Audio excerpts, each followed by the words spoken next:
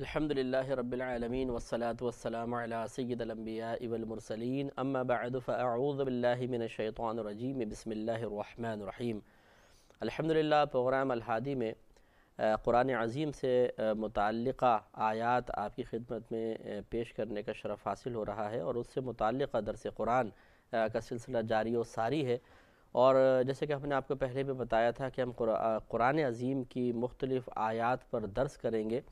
لیکن اس طرح نہیں کہ جہاں سے بھی ایک آیت صرف لے لی اور اس پہ درس قرآن کریں گے، بلکہ ایک موضوع سے متعلقہ جتنی بھی آیات ہیں کہ جو باقاعدہ اس درس میں شامل کرنا بہتر ہے، ان تمام آیات کو لیا جائے گا، اور ان کے بیان کے بعد پھر بالتفصیل اس پر درس قرآن کا اہتمام کریں گے۔ ابھی جو ہم نے لاسٹ پروگرام میں جس ٹاپک پر ہم کلام کر رہے ہیں ہے تو قرآن عظیم، لیکن اس کا ہم نے یہ پہلو لیا کہ قرآن عظیم کی نظیر لانا ممکن نہیں ہے۔ تمام دیکھنے والے مسلمان بھائی اور بہنوں سے ہماری گزارش ہے کہ دیکھیے، اپنے مذہب اسلام کے قوی اور حق ہونے کے دلائل کو ضرور سیکھیں، سمجھیں، ذہن میں محفوظ رکھیں، اور اتنا پختہ کر لیں ذہن میں، اور ایسی اس کی پریکٹس کریں کہ ذہن میں موجود بھی رہیں اور آپ اس کو بیان بھی کر سکیں۔ اگر آپ ان دلائل کو بیان نہیں کر سکیں گے تو صرف آپ کے ذہن میں محفوظ رہنا، وہ ان دلائل کا محفوظ رہنا آپ کے لیے تو باعث تقویت ہوگا، آپ کے ایمان کو تو مضبوط کرے گا، لیکن کسی اور کے ایمان کو بچا نہیں سکتا۔ اس لیے کوشش یہ کریں کہ جو کچھ آپ بات سیکھتے ہیں اسے سیکھیں، سمجھیں، ذہن میں محفوظ رکھیں، اور پھر بیان پر قدرت حاصل کریں، لازم اس کو بیان کریں۔ جیسے آپ نوٹ کر لیں یا ریکارڈ کر لیں، مثال کے طور پر ٹیپ ریکارڈر میں آپ نے بیان ریکارڈ کر لیا، اور پھر اس کو ایک دفعہ سنیں، دو دفعہ سنیں، تین دفعہ سنیں۔ اس کے بعد آپ کسی کے سامنے پہلے چاہے تنہا بیان کر لیں، پھر کسی کے سامنے ان کو بیان کریں تو پختہ ہو جائیں گے۔ پھر بوقت ضرورت آپ ان دلائل کو پیش کر کے اسلام کی حقانیت کو ثابت کر سکتے ہیں۔ لہٰذا ہم نے آپ کو بتایا تھا کہ قرآن پاک ایک معجز کلام ہے، عاجز کر دینے والا کلام ہے، اور اس کا عاجز کر دینے والا ہونا یہ ہمارے نبی کریم صلی اللہ علیہ وسلم کی نبوت کی بہت بڑی دلیل ہے۔ اس لیے دلیل ہے کہ اگر یہ کلام اللہ تبارک و تعالیٰ کا نہ ہوتا اور صرف نبی کریم صلی اللہ علیہ وسلم کا ہوتا تو یقیناً اس کی نظیر پیش کی جا سکتی تھی، اس کا مقابلہ کیا جا سکتا تھا، لیکن جب آج 1500 سال گزر جانے کے باوجود کوئی اس کے مقابلے کی ہمت نہیں کر سکا تو معلوم ہوا کہ یہ انسان کا کلام نہیں ہے۔ جب یہ انسان کا کلام نہیں ہے تو یقیناً خالق کا کلام ہے، اور خالق اپنا کلام براہ راست لوگوں کے سامنے پیش نہیں فرماتا، بلکہ ایک واسطہ، ایک ذریعہ رکھتا ہے، اور اسی واسطے اور ذریعے کا نام نبی ہوتا ہے۔ اور جب ہمارے نبی کریم صلی اللہ علیہ وسلم کے ذریعے یہ قرآن لوگوں تک پہنچا تو معلوم ہو گیا کہ یہ یقیناً خالق کا کلام ہے، اور جب خالق کا کلام ہے تو ہمارے نبی یقیناً اللہ کے نبی ہیں، کیونکہ نبی ہی خالق کے کلام کو مخلوق تک پہنچاتا ہے۔ تو اس طرح قرآن کا معجز ہونا، لوگوں کو مقابلے سے عاجز کر دینا، یہ نبی کریم صلی اللہ علیہ وسلم کی نبوت کی بہت بڑی دلیل بنا۔ اور اب ہم جو بات کر رہے تھے پچھلے پروگرام میں بھی، وہ یہی تھی کہ اللہ تبارک و تعالیٰ نے قرآن عظیم کو جو معجز بنایا ہے، اس کو وصف اعجاز سے متصف کر دیا ہے کہ یہ دوسروں کے مقابلے سے عاجز کر دیتا ہے۔ تو کس کس طرح یہ عاجز کر دیتا ہے، وہ کون کون سی صورتیں ہیں؟ ان میں سے امام رازی رحمۃ اللہ علیہ کے بیان کے مطابق ایک بات تو یہ کہ عرب لوگ جو تھے وہ مخصوص موضوعات پر اپنی شاعری کرتے تھے، اور جن چیزوں کو اکثر مشاہدہ کرتے تھے انہی پر ان کا کلام ہوتا تھا۔ جیسے مثال کے طور پہ جنگیں ہیں، کنیزیں ہیں، جانور ہیں، یا اسی طریقے سے کسی کی ہجو کرنی ہے، تو اسی کے متعلق ان کے اشعار ہوتے تھے، اسی پہ ان کا ذہن چلتا تھا۔ اس کے علاوہ کسی چیز کے اوپر ان کا ذہن اتنے اچھے انداز سے، اتنے فصیح اور بلیغ انداز سے نہیں چل سکتا تھا۔ لہٰذا جب قرآن عظیم نازل ہوا تو اللہ تبارک و تعالیٰ نے ان تمام موضوعات پر کوئی کلام نہیں فرمایا۔ یعنی کوئی کلام سے مراد اس طرح کے قصیدے وغیرہ یا بڑے بڑے کلام نہیں، ذکر ضرور قرآن میں ہے، گھوڑوں کا بھی ہے، اونٹوں کا بھی ہے، لونڈیوں کا تذکرہ بھی ہے، بادشاہوں کا تذکرہ بھی ہے، اور اسی طریقے سے ہجو اور مذمت بھی کی گئی ہے، لیکن اس طرح نہیں جیسے وہ لوگ کرتے تھے۔ اور اس کے لیے الفاظ وہ استعمال کیے گئے ہیں جو عرب لوگ استعمال نہیں کرتے تھے، بالکل نئے الفاظ، تو جس سے یہ ثابت ہو گیا کہ جب ان موضوعات پر نہیں لکھا گیا تو یہ کسی عرب کے ماحول میں رہنے والے شخص کا کلام نہیں ہے، کیونکہ اگر ہوتا تو وہی الفاظ یقیناً استعمال کیے جاتے جو وہ سن رہا ہے، جو وہ شاعری میں پڑھ رہا ہے، جن کو وہ بارہا استعمال کرتے ہوئے دیکھ رہا ہے۔ لیکن اس قرآن عظیم میں ان تمام الفاظ سے ہٹ کر الفاظ استعمال کیے گئے، اور پھر نبی کریم صلی اللہ علیہ وسلم یہ کلام لے کر آئے، جس سے معلوم ہوا کہ اگر آپ کا یہ کلام ہوتا تو یقیناً اس کا ان تمام جو کلام وہاں پر رائج تھے، جو لوگوں کے کلام تھے، اس کا کوئی تو رنگ اس میں ہوتا، کوئی تو اثر آتا۔ لیکن جب کچھ بھی نہیں ہے تو اس کا مطلب ہے یہ اللہ تعالیٰ کا کلام نہیں، اور جب اللہ کا کلام نہیں تو گویا کہ ایک چیلنج ہے، یہ اللہ کا کلام ہے، مخلوق کا کلام نہیں، یعنی نبی کریم صلی اللہ علیہ وسلم کا کلام نہیں۔ اور اس پہ ایک بہت بڑا چیلنج ہے کہ جب یہ اللہ تعالیٰ کا کلام ہے، اگر تم نہیں مانتے تو پھر ان تمام موضوعات کو چھوڑ کر، ان تمام الفاظوں کو چھوڑ کر جن کو تم بارہا استعمال کر رہے ہو، ذرا قرآن کی مثل سادہ الفاظ میں ان الفاظ کے علاوہ الفاظ کے ذریعے اور ان موضوعات پر کلام لے کر آؤ جو اللہ تبارک و تعالیٰ نے جن موضوعات کا انتخاب کیا ہے۔ تو اس وجہ سے فصحاء اور بلغاء عاجز آ گئے اور وہ اس کا مقابلہ لانے میں کامیاب نہ ہوئے، کیونکہ اگر مطلقاً چیلنج کیا جاتا ہے کہ اچھا چلو تم اس کی مثل قوت کے اعتبار سے لے کر آؤ، چاہے اپنے موضوعات پر لکھ کر لے کر آؤ، تو وہ تو فوراً لا سکتے تھے، کچھ نہ کچھ کر سکتے تھے، لیکن جن اوصاف کا حامل قرآن عظیم ہے، اس طرح کا لانے کا حکم دیا گیا، وہ نہ لا سکے، تو معلوم ہوا کہ یہ معجز کلام ہے۔ میرا رہنما کوئی اور ہے۔ دوسرا ہم نے آپ کو بتایا تھا کہ اگر کوئی شخص جیسے شعراء ہوتے ہیں، میں نعت گو شاعروں کا عرض نہیں کر رہا ہوں کہ وہ ذرا تھوڑا سا ایک شریعت کے دائرے میں رہتے ہیں، ایک عام شاعروں کی بات عرض کر رہے ہیں۔ امام راضی رحمۃ اللہ علیہ نے بھی انہی شعراء کے بارے میں بیان فرمایا کہ جو شعراء ہوتے ہیں عموماً عام قسم کے، یہ مبالغہ آرائی بہت کرتے ہیں، کسی کی تعریف پہ جھوٹ کی آمیزش کر دیتے ہیں۔ مثلا کسی کے اوپر شعر لکھ رہے ہیں، 4 اگر اوصاف اس میں یقیناً ہیں تو 15 اوصاف ایسے بھی ثابت کر دیں گے جو اس کے اندر نہیں ہیں۔ اس سے ان کو ایک وسعت مل جاتی ہے، ایک بڑا میدان مل جاتا ہے۔ مثلا 4 اوصاف پہ اگر لکھو یہ کہا جائے تو سوچیں گے یار 4، 1 لکھ لیا، 2 لکھ لیا، 3 لکھ لیا، 4 شعر، 5 شعر ہو گئے، اب اس پہ مزید کیا لکھیں؟ لیکن اگر کہا جائے کہ 15 اوصاف پر لکھو تو کم از کم یہ تو ہے نا کہ ایک وصف پہ ایک شعر ہوگا تو 15 شعر تو ویسے ہی بن جائیں گے۔ تو یوں شاعر جو ہے جب صدق کو، سچ کو چھوڑ دیتا ہے، جھوٹ کو اختیار کرتا ہے، مبالغہ آرائی کو اختیار کرتا ہے، تو اس کے لیے اس شاعری کی زمین میں بڑی وسعت پیدا ہو جاتی ہے اور وہ بہت کچھ لکھ سکتا ہے اور بہت اس کے لیے فری ہینڈ ہوتا ہے۔ چنانچہ لیکن اگر وہی شاعر سچائی کی طرف مائل ہو جائے اور مبالغہ آرائی اور جھوٹ کو بالکل ترک کر دے، اب اس سے کہا جائے تم لکھ کر بتاؤ، وہ تھوڑا سا لکھ پائے گا، زیادہ نہیں لکھ سکتا۔ اور امام راضی رحمۃ اللہ علیہ کے دعوے کے مطابق وہ اس طرح عمدہ نہیں لکھ سکتا جیسے پہلے لکھتا رہا ہے، کیونکہ اس میں بڑی وسعت ہوتی ہے، اس میں نئے نئے الفاظ مختلف، چونکہ زمین تنگ تو ہے ہی نہیں، مختلف چیزوں کے بارے میں لکھتے چلے جاؤ تو نئے نئے الفاظ آ جاتے ہیں، لیکن جب مخصوص چیزوں کے بارے میں لکھے گا، کیونکہ سچ لکھنا ہے، جھوٹ کی آمیزش تو کرنی ہی نہیں ہے، تو پھر الفاظ کا ذخیرہ بھی اتنا عمدہ نہیں رہتا ہے کہ جتنا اس جھوٹ والے معاملے کے اندر ہوتا تھا۔ یہ دلیل کے طور پہ پیش کرتے ہیں، کہتے ہیں اسی وجہ سے لبید بن ربیعہ اور حسان بن ثابت، یہ دونوں پہلے زمانہ اسلام سے پہلے، اسلام قبول کرنے سے پہلے بہت بڑے شاعر تھے اور زمانہ جاہلیت کے شاعر تھے۔ تو یہ فرماتے ہیں کہ اس وقت کے ان کے شعروں میں اور پھر اسلام لانے کے بعد بھی انہوں نے اشعار کہیں، ان شعروں میں زمین آسمان کا فرق ہے،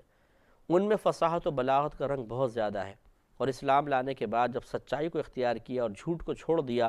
اس میں فصاحت و بلاغت کا رنگ بہت ہی کم ہے۔ یہ ثابت کرنے کے بعد یہ کہتے ہیں کہ اب آئیے قرآن کی طرف۔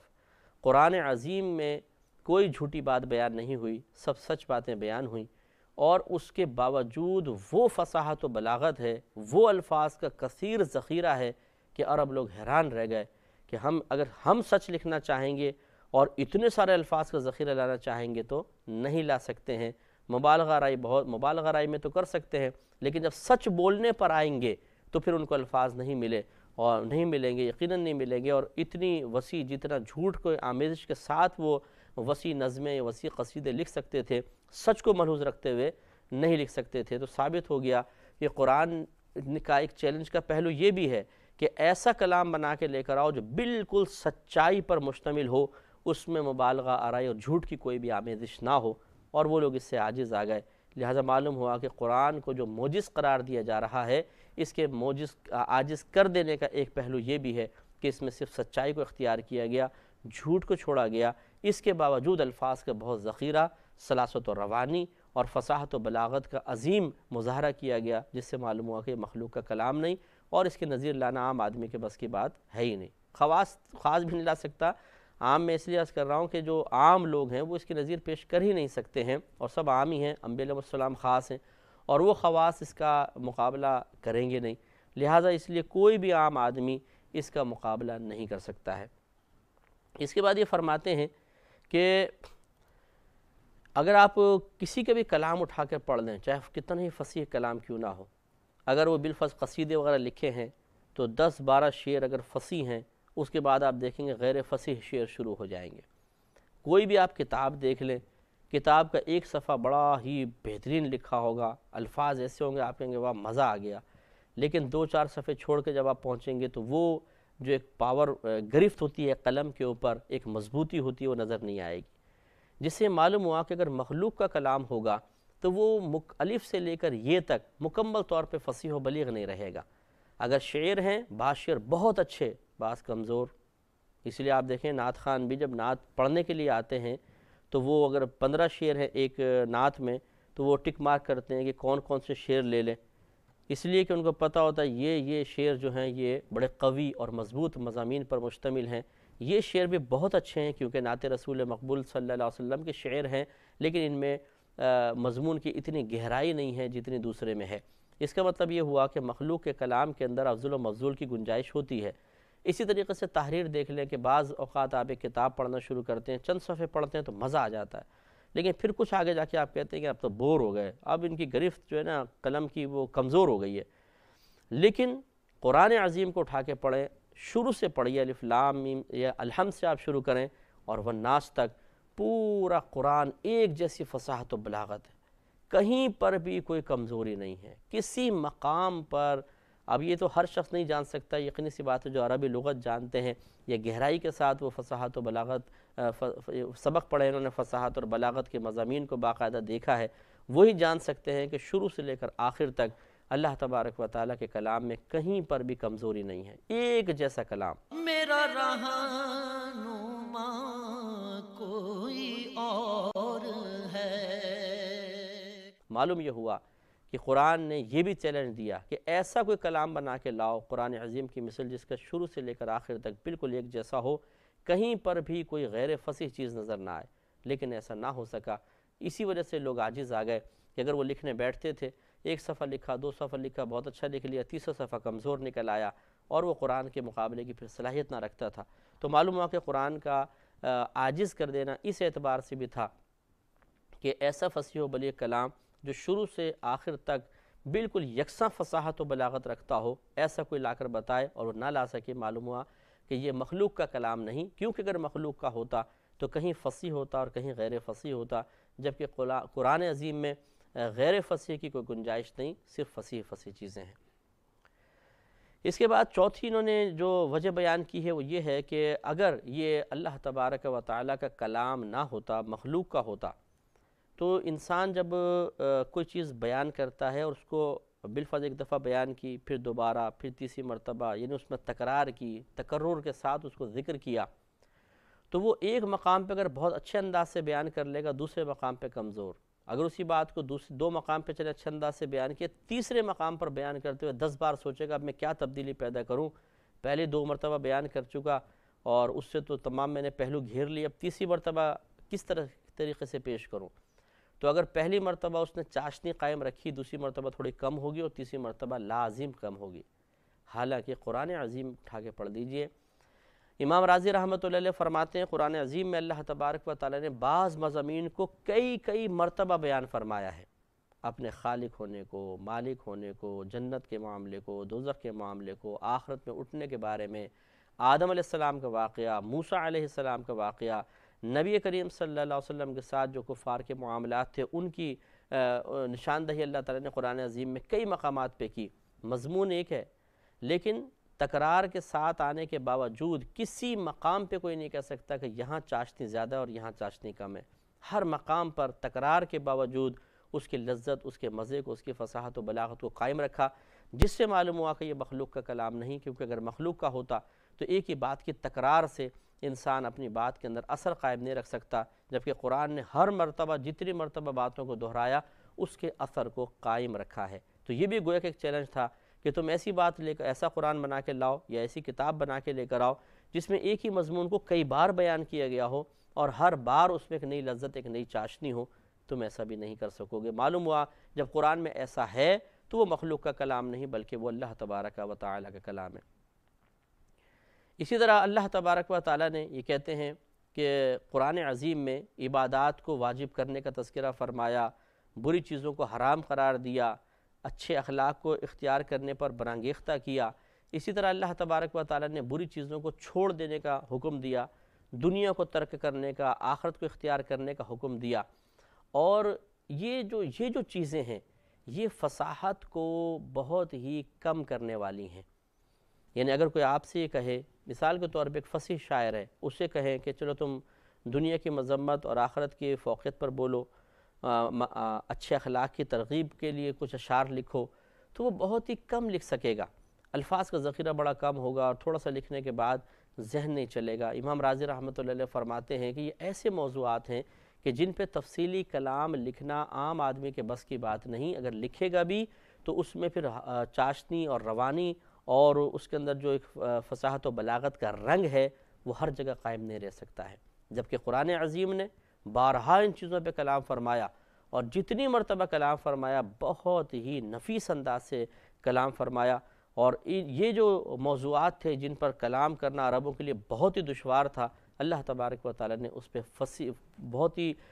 طویل ترین فصیح کلام بیان فرمایا، جس سے عرب لوگ واضح ہو گیا ان پر کہ یہ موضوعات جن پر ہم بالکل لکھ ہی نہیں سکتے ہیں، جن پر ہم بول نہیں سکتے، اس پہ اتنا فصیح و بلیغ کلام، تو یقینی سی بات ہے کہ ہم ایسا فصیح و بلیغ کلام بنا کر لانے پر قدرت نہیں رکھتے ہیں، تو وہ عاجز ہو گئے اور قرآن کا معجز ہونا ثابت ہوا، جو نبی کریم صلی اللہ علیہ وسلم کی نبوت کی بہت بڑی دلیل بنا۔ اسی طریقے سے یہ کہتے ہیں کہ جتنے بھی پیچھے زمانہ جاہلیت میں شاعر گزرے، ان کی اگر آپ دیکھیں گے وہ کسی ایک فن میں ماہر نظر آتے ہیں۔ جو زمانہ جاہلیت کے شعراء تھے، جسے کہتے ہیں کہ مثلا امرؤ القیس، یہ بہت بڑا شاعر تھا، اور اس کو نبی کریم صلی اللہ علیہ وسلم نے خود فرمایا کہ اشعر الشعراء ہے، ان شاعروں کا بھی شاعر ہے، اتنا یہ فصیح و بلیغ شعر کہنے والا تھا۔ لیکن یہ اکثر جو تھا یہ طرب، گانا باجا اور عورتوں کا ذکر، اسی طرح اونٹوں کے تذکرہ، یہ اس کا خاص موضوع تھا جس کے اوپر اس نے اشعار لکھے ہیں۔ اس طرح ایک نابغہ شاعر تھا جس نے خوف کے اوپر زیادہ لکھے، اعشی ایک شاعر تھا، اس نے طلب کے اوپر بہت زیادہ لکھے، اسی طرح شراب کی خصوصیات کے اوپر اس نے اشعار لکھے ہیں۔ ظہیر تھا، اس نے رغبت اور امید پر شعر لکھے،